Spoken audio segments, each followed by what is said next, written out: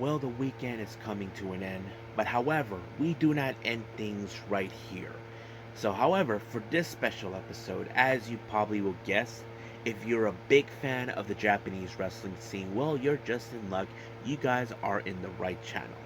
Now, as you know, we continue with more of the G1 Climax. We are now in day 2. Now, remember, everybody who participated yesterday, half of the people participating in that tournament received their 2 points. However, things can change. Some will remain undefeated, some will gain 2 points, some will remain 0. So we will see how that will go from here on out. But first things first, we're going to be reviewing 2 Joshi promotion events. The first one is, of course, from MARIGOLD as we continue with day 3 of the Summer Gold Shining. This is just right after Summer Destiny. And of course, we do start the TwinStar Tag Team Tournament. However, there were certain changes that were made in this tournament, and I will explain that in a little bit. And of course, we go on to, of course, Tokyo Joshi Pro Wrestling with Summer Sun Princess. Now, this one features 2 championship matches. The Princess Tag Team titles will be defended. Will Daisy Monkey retain the belts or lose it to, of course, Moka Miyamoto and Yuki Arai? However, our main event features two women who have teamed up before, former tag team champions, former international princess champions. However, who will walk out as the champion? Will it be the current champion, Miyu Watanabe, or the former champion and Miyu's friend and tag partner, Rika Tatsumi? So we're just going to find out as we go. And then, of course, we cap up our episode with some news updates to keep you guys updated what's been happening in the world of pro wrestling, such as what events the promotions are throwing out, who's booked, what matches are set, including developments that are happening in the world of pro wrestling as we speak. So, let's get ready for another episode of Deleted Wrestle Zone.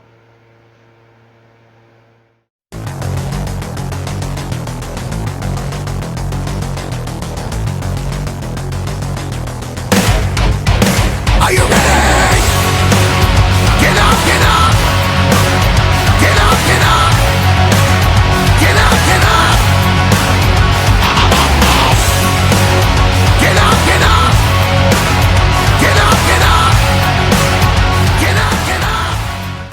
Hey everyone, welcome to Deleted Wrestle Zone, all things that is pro wrestling with AEW, NXT, New Japan Pro Wrestling, TNA, the National Wrestling Alliance, various promotions, wrestlers, matches, and championships.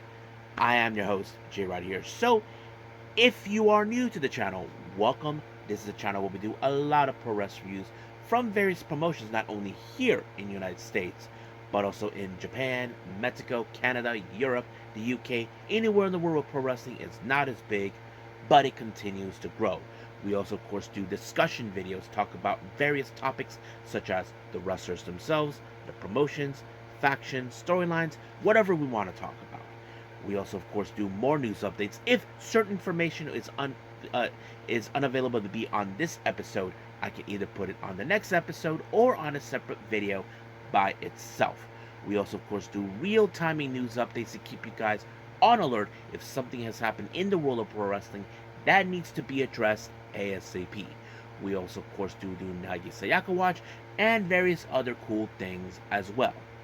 So if you like what you see, please subscribe to us, so click on that subscribe button. You'll be getting a lot of daily reviews and other cool wrestling content as well.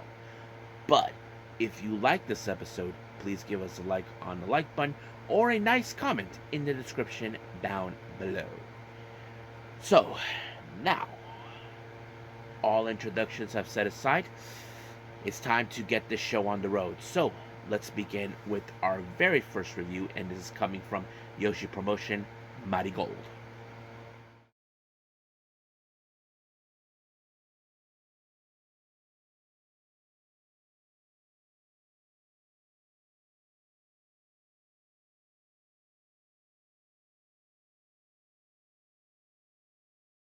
Okay, MARIGOLD, Summer Gold Shine. This is day 3. This recently took place on, of course, July 20th.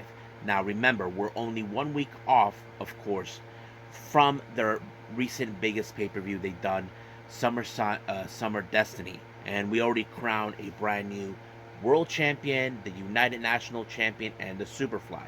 Now remember, we just recently announced, of course, the TwinStar Championship, which is the tag team titles.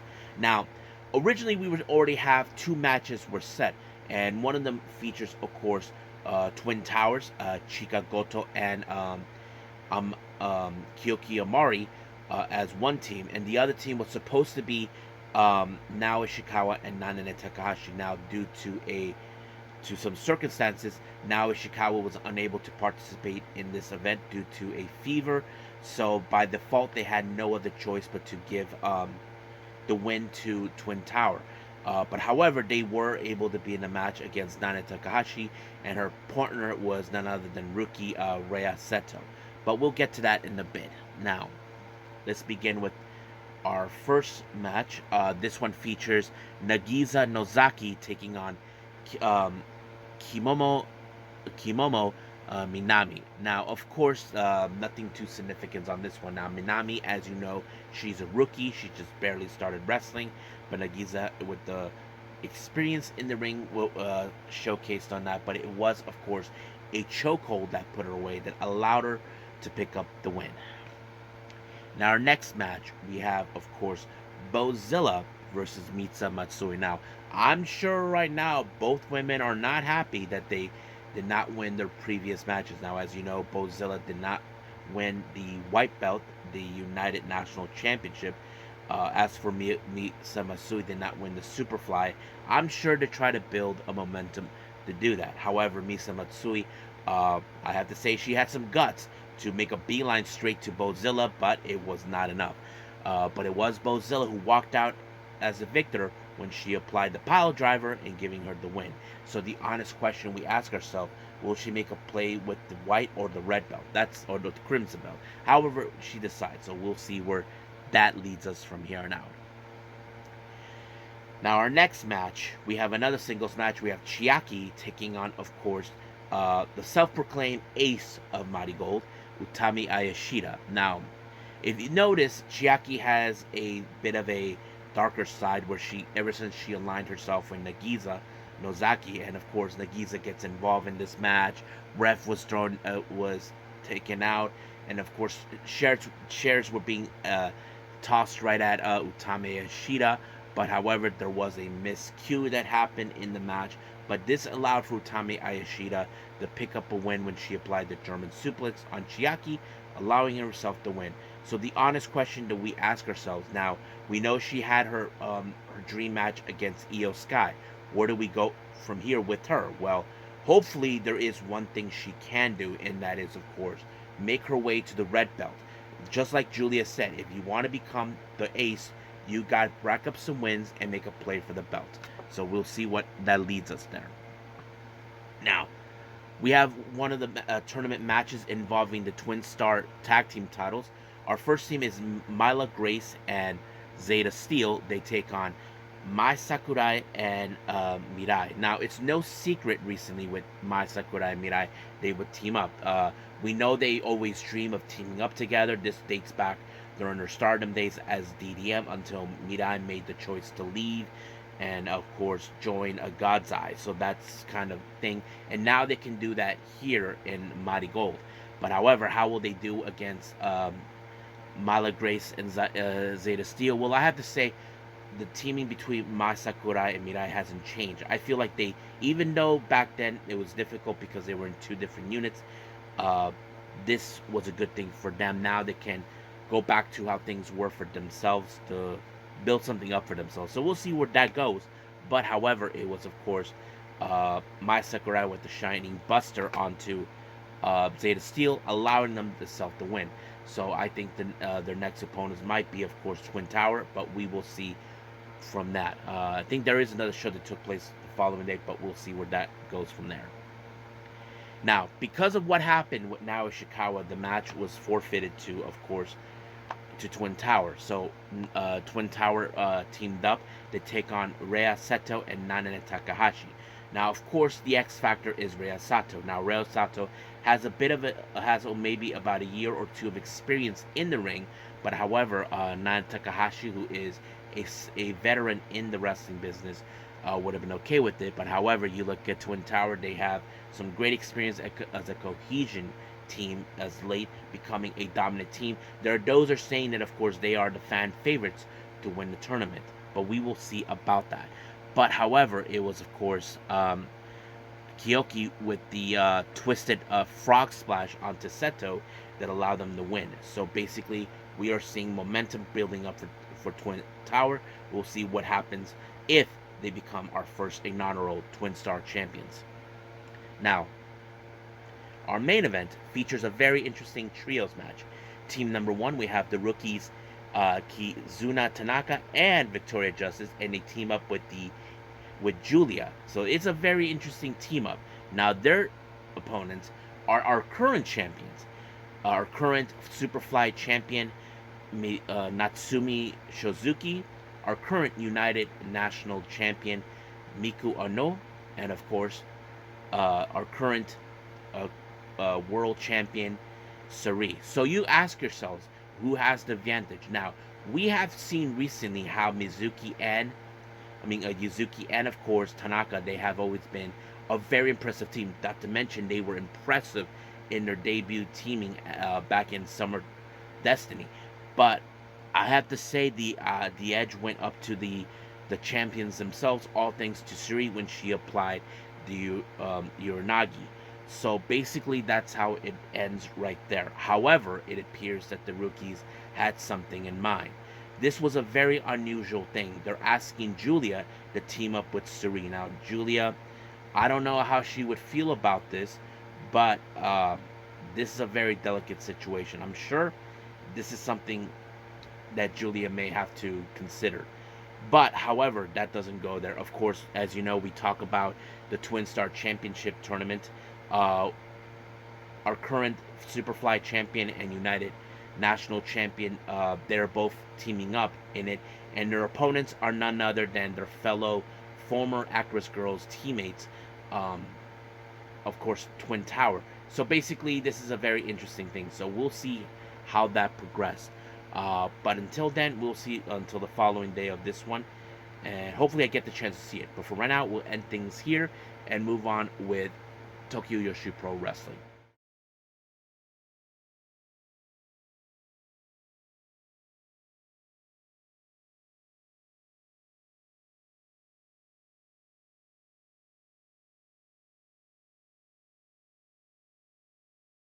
Okay, Tokyo Joshi Pro Wrestling. This is their Summer Sun Princess show that took place on the 20th of July in Korakuen Hall. Now, I want to make a note here that many people should know.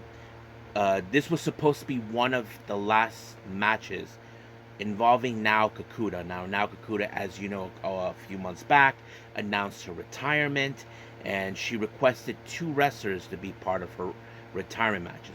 One of them is Yuki Kamifuku, and I think the other one was Mizuki, I think. But however, the match that she was supposed to be was on this show, but due to the fact she's not cleared yet, that kind of put it in a very bad predicament. So they found her a suitable replacement, someone that she knew back in the day in her Actress Girls time. And we'll get to that in a bit. Now, let's start with our very first match. We have ladies trios action. We have Haru Kazushiro, Shino Suzuki, and Imawari take on Runa Okubo, Toga, and Wakana Uehara. Now, as you probably know, some of you have been following many of these girls, especially ones like Wakana Uehara, who seems like a rising star. But however, it was Toga who surprised many, especially our English commentators, when she applied like somewhat of a slam down onto Suzuki, allowing her to pick up the win. And it was very impressive. So we'll see what happens for her in the future. So we will pay attention to her.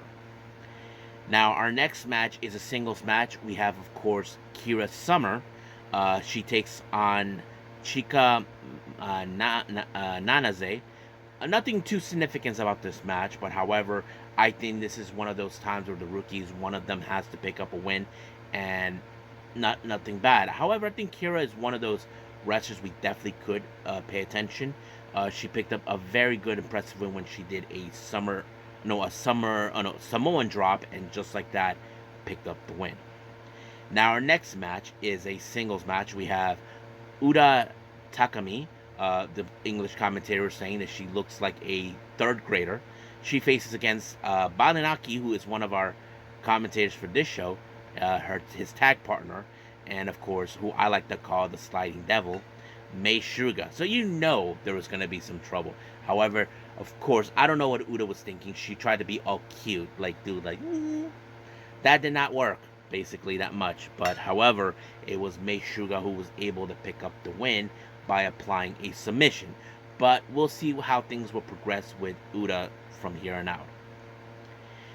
Now, our next match is another trios match. We have Kaya Toribami teaming up with the girls from Gambari. We have the returning Moika Aruhi and, of course, Yuna Manaze. They take on Pam Harajuku, Raku, and, of course, Yuki Aino. Now, these three ladies, of course, have been teaming up very well together.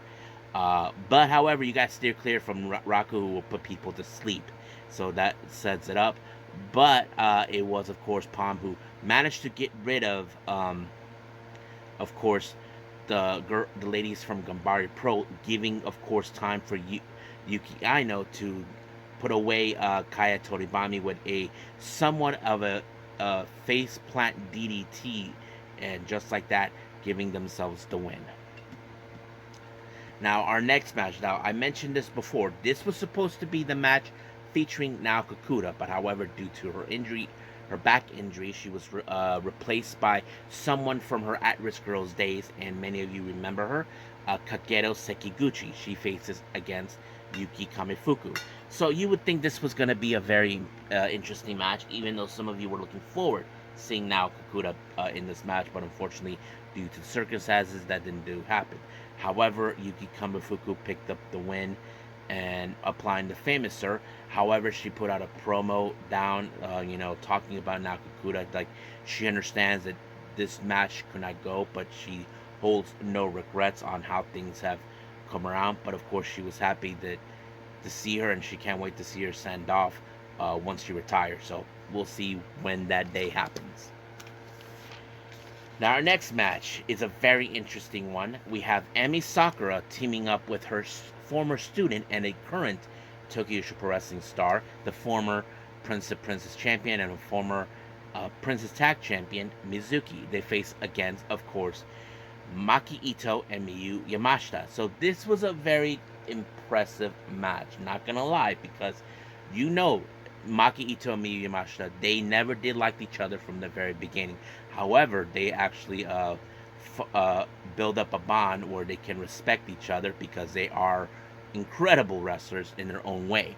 However, you ask yourself, how would they beat, of course, Emi Sakura, who is a veteran in the game? Well, I have to say they were able to isolate Emi Sakura, giving Miyu Yamashita, our pink striker, to take out, of course, with the skull kick onto Mizuki, allowing for, of course, Miyu Yamashita to pick up the win for her team.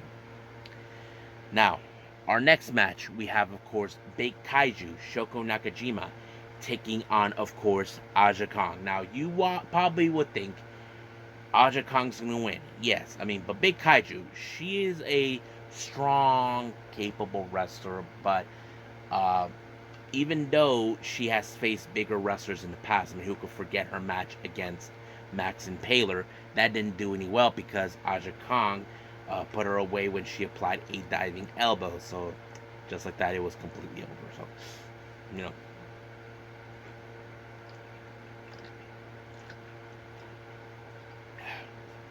So, now let's move on. This is one of two championship matches. Now, our challengers is for the Princess Tag Championship. We have Moka Miyamoto. She teams up with our current International Princess Champion, Yuki Arai, taking on Daisy Monkey, Arisu Endo, and Suzumi. Now, we have seen how great cohesion Suzumi and Endo have been for a long time, since maybe 2 years ago. And of course, they fought their way through to become tag champions. But however, Mocha has always dreamed about winning the tag belts. But who was going to be her partner? Well, she picked the current International Princess Champion, Yuki Arai. So would that be enough? We know that Yuki Arai is a strong, capable wrestler. But however, the cohesion between both Endo and Zuzumi has always been a much stronger bond that put them in a great cohesion. But it was, of course, the camel clutch by Endo onto Mika Miyamoto, forcing her to tap out. So, Daisy Monkey retained the belts. Now, our main event, the Princess of Princess Championship. Rika Tatsumi, former Princess of Princess champion, former tag team champion, and international Princess champion, faces someone who's also been her tag partner and the international Princess champion. So, what led to this match here and now? Now, we know in the past Rika Tatsumi has been trying to get back on the hunt for the Princess of Princess Championship, but it was Miyu Watanabe who issued it, who beat to the punch and defeated, of course, to become this Miyu Yamashita for this belt. We all knew from day one that Miyu Watanabe was the wrestler we can get behind, who has a high promising. But however, she will be facing against someone who knows her way too well, who's been her tag partner. And that sets it all right there. But the real question is, we know that Rika will try to avert certain things like the laser beam, the giant swing, the teardrop. That is one of those things that she had to be aware of. I'm sure Miyu Watanabe thought the same thing about Rika Tatsumi, but it was a very strong battle. However, there was no holdbacks. Miyu Watanabe knew she cannot hold back. She cannot put her feelings first. She has to retain the belt. That is important to her. She tried everything that she could. However, she was able to apply the teardrop, allowing herself to retain the belt, becoming still our Princess of Princess champion. However, who will be our next challenger? That is a good question. But she did indicate that this match could be the end of her teaming with Rika Tatsumi, known as Daydream. But we'll see how that goes between them. I think that's pretty much it right now with this event and everything else. I believe our last one's going to be New Japan Pro Wrestling's G1 Climax.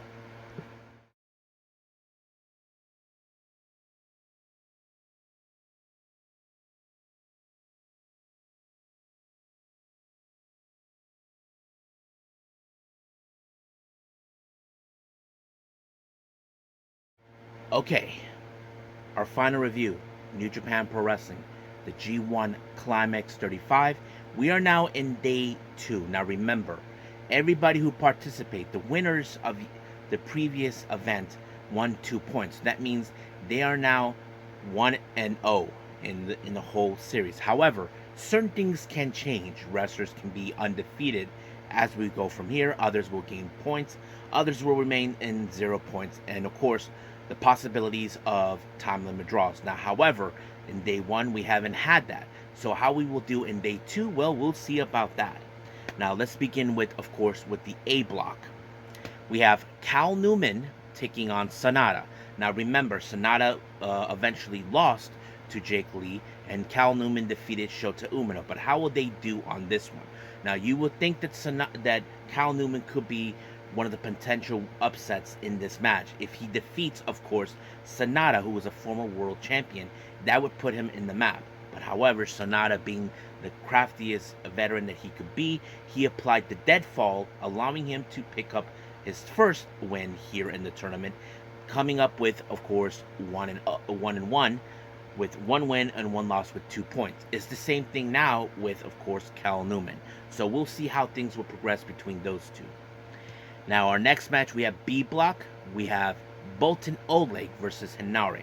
So, of course, Oleg had his first official win in the previous event. How will he do with Hinare? Well, Hinare, we all know he's a beast.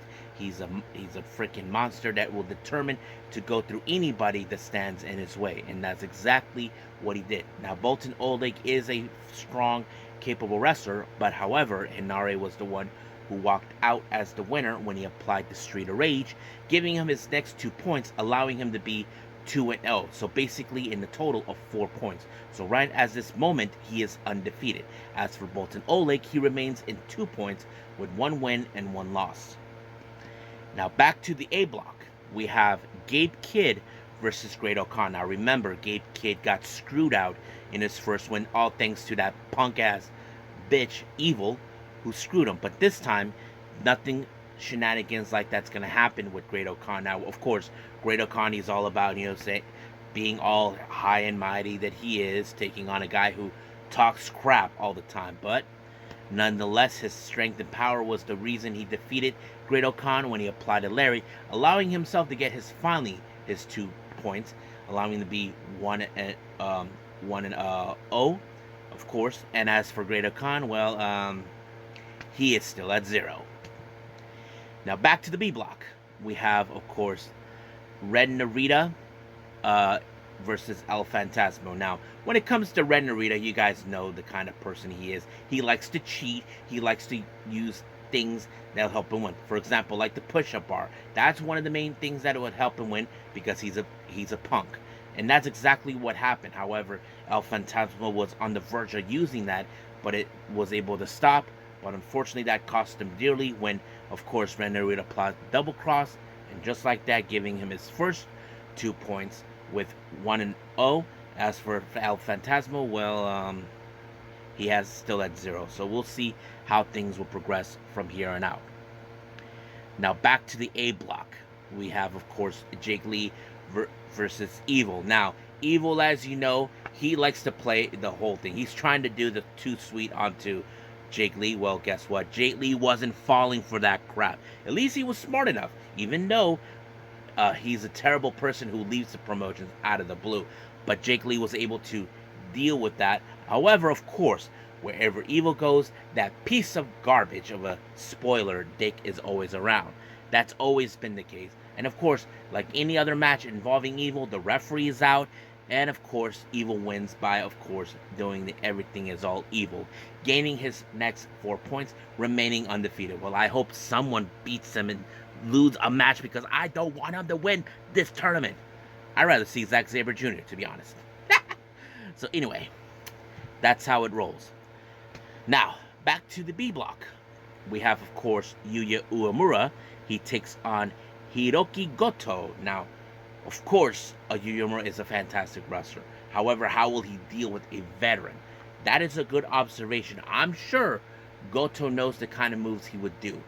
But, however, it was the deadbolt suplex that allowed him to pick up his next 2 points and winning this match, giving him the total of 4 points, giving 2 wins and no losses. And as for Goto, well, unfortunately, he ends up in 0 with no wins at all. Now, our next match, we're back in the A block. We have Shota Umino. He takes on the Dragon, Shingo Takagi. Now, we know the kind of person Shingo is. He is a strong, capable wrestler, powerhouse. How will Shota Umino deal with it? I mean, you would say the Shota Umino, he did not have a good start when he lost to Cal Newman. But, nonetheless, he was able to overcome it when he applied the Death Rider, and just like that, it was over, giving him his next 2 wins. So both wrestlers still are now at 2 points with 1 win and 1 loss. So we'll see where that goes from here.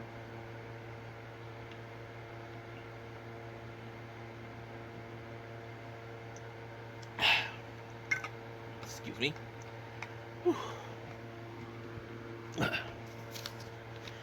All right. Back to B block. We have Zack Sabre Jr. taking on Tranquilo Tetsuya Naito. Now, of course, Naito did not have a good start either. As you know, he lost to his own teammate Shingo Takagi, but he faces a guy who has always criticized him, always say things about him, that he is a dickhead. We're talking about Zack Sabre Jr. But however, you would think that Tetsuya Naito, who has dealt with Zack Sabre Jr. on multiple occasions, well, this time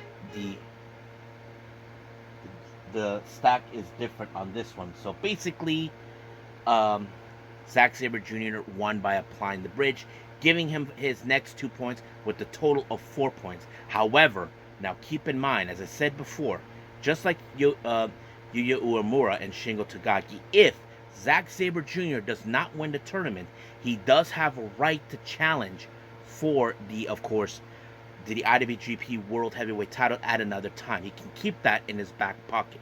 But however, there are those that do believe he could be the fan favorite to win this tournament.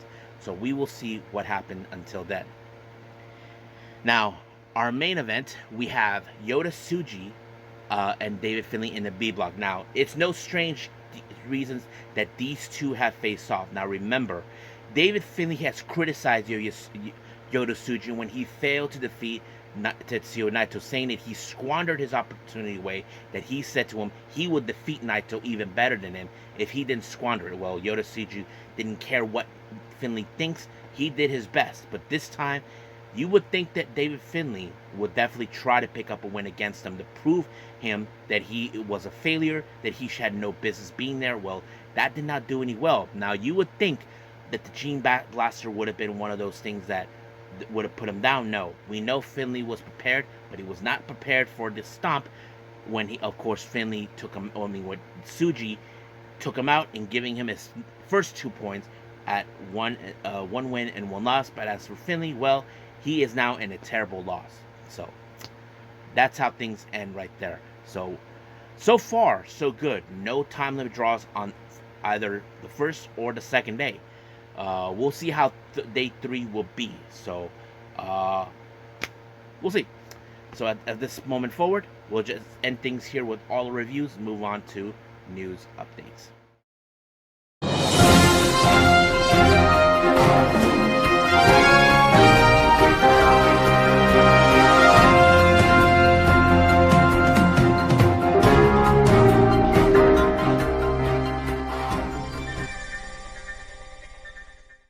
Okay, welcome to our news update. So this is going to be a bit of a short one for everyone.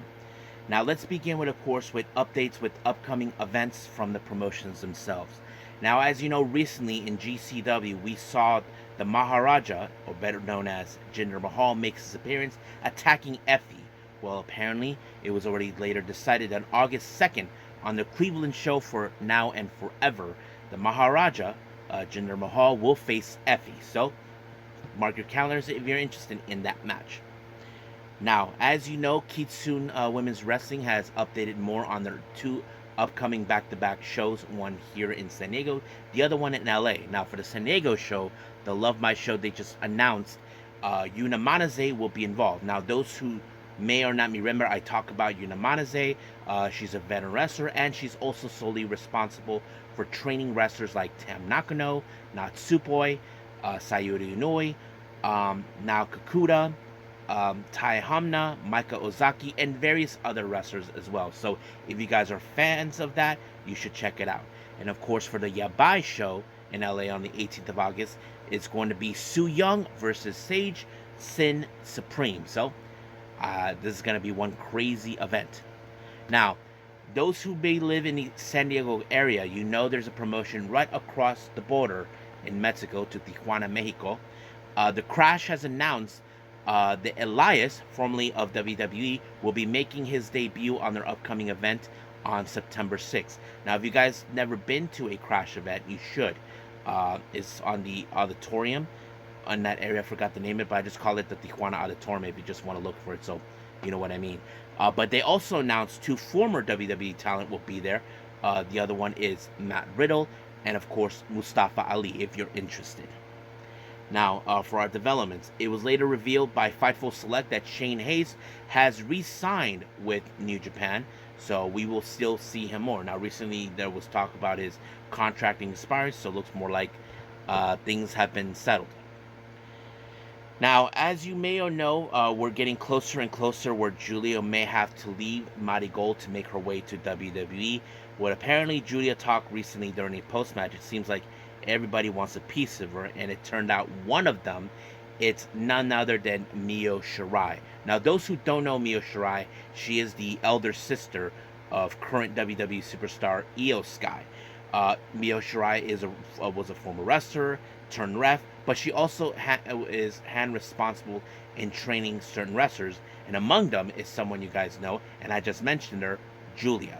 Now, Mio Shirai says she would like to wrestle her before she leaves because she said she wasn't around when, of course, Giulia left Ice Ribbon. That was a promotion that Giulia was in before going to Stardom. And, of course, she said that she would like to have a match with her. But, however, she's a little concerned because of the company that she's in with. We don't know how things will work out with Giulia. And, of course, Giulia said anytime, anywhere. Mio didn't expect that she would respond, but we will see how that rolls up. I mean, I'm sure many of us would love to see Mio have that one opportunity to have the challenge Giulia in a match. Hopefully, it could happen before she leaves. So until then, this is pretty much it what we have for our developments in our news updates and everything else. So let's just call it a day. Well, I hope everybody enjoys this episode. Coming up, as you know, we are going to keep winging everything else. But I will be releasing a special announcement after this because of this week. It's a very interesting one that I think many of you are going to be.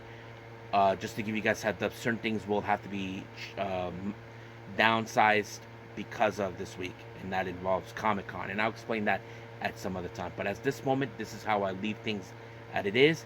I will see you guys in the next DWZ time, same DWZ channel. I must bid all of you adieu. So, goodbye, and have a nice day. Bang.